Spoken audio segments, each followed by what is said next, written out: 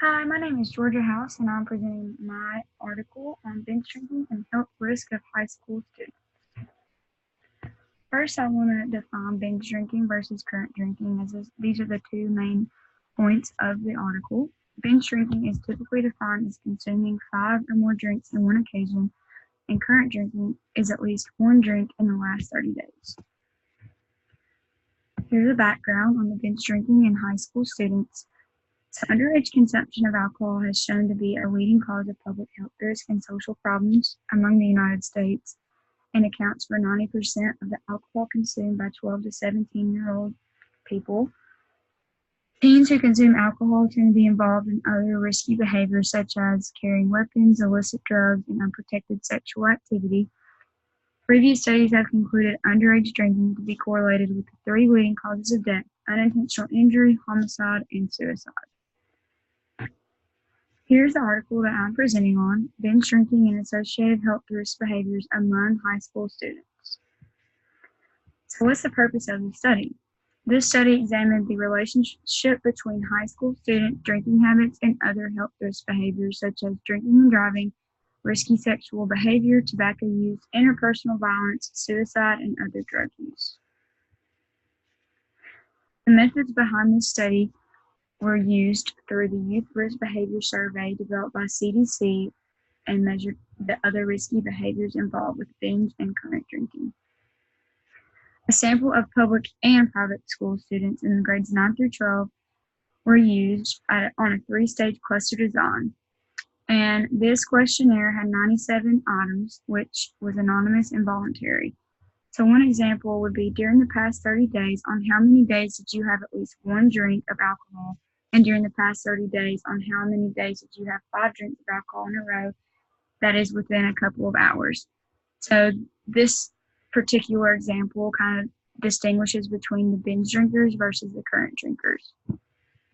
The next part, I'm going to discuss the results, and for this first table, it demonstrated that girls reported more current drinking than did boys, and the African American students had the highest level of non-drinking, but the highest prevalence of current drinking, with no binge drinking involved. Binge drinking was similar among boys and girls and increased with age and grade level. African American students reported less binge drinking than white students and Hispanic or the other races. In this table, it shows that boys 18 years and older showed the highest rates of binge drinking, and African American students reported the lowest rates of binge drinking for both boys and girls. This table shows that 2/3 of students reported binge drinking less than one day in the previous 30 days, with boys more frequently than girls. This table goes more in depth on the other risky behaviors, and it showed that there was a correlation between other health risks in current drinkers and binge drinkers in comparison to non-drinkers. One of the most significant findings was compared with non-drinkers to current drinkers, and with no binge drinking involved. And it showed that these current drinkers were more likely to ride with a driver who had been drinking rather than someone who didn't. And they also were more sexually active, drank, or used drugs before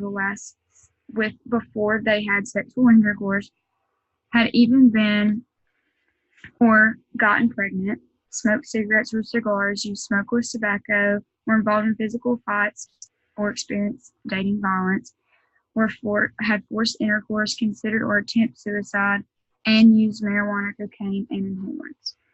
Current drinkers who did binge drink were even more likely to engage in these same healthy risks than non-drinkers.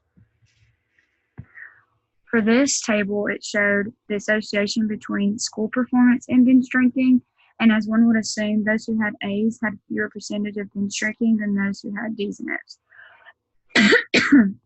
However, current drinkers who did not binge drink had no variation in school performance. So those who only drank one drink within 30 days didn't show any variation in their school performance and still were able to make decent grades. So in conclusion, there's a higher amount of health risks associated with binge drinking than current drinkers, but overall the health risks were increased whether someone was a current drinker or a binge drinker, more so than someone who did not drink at all.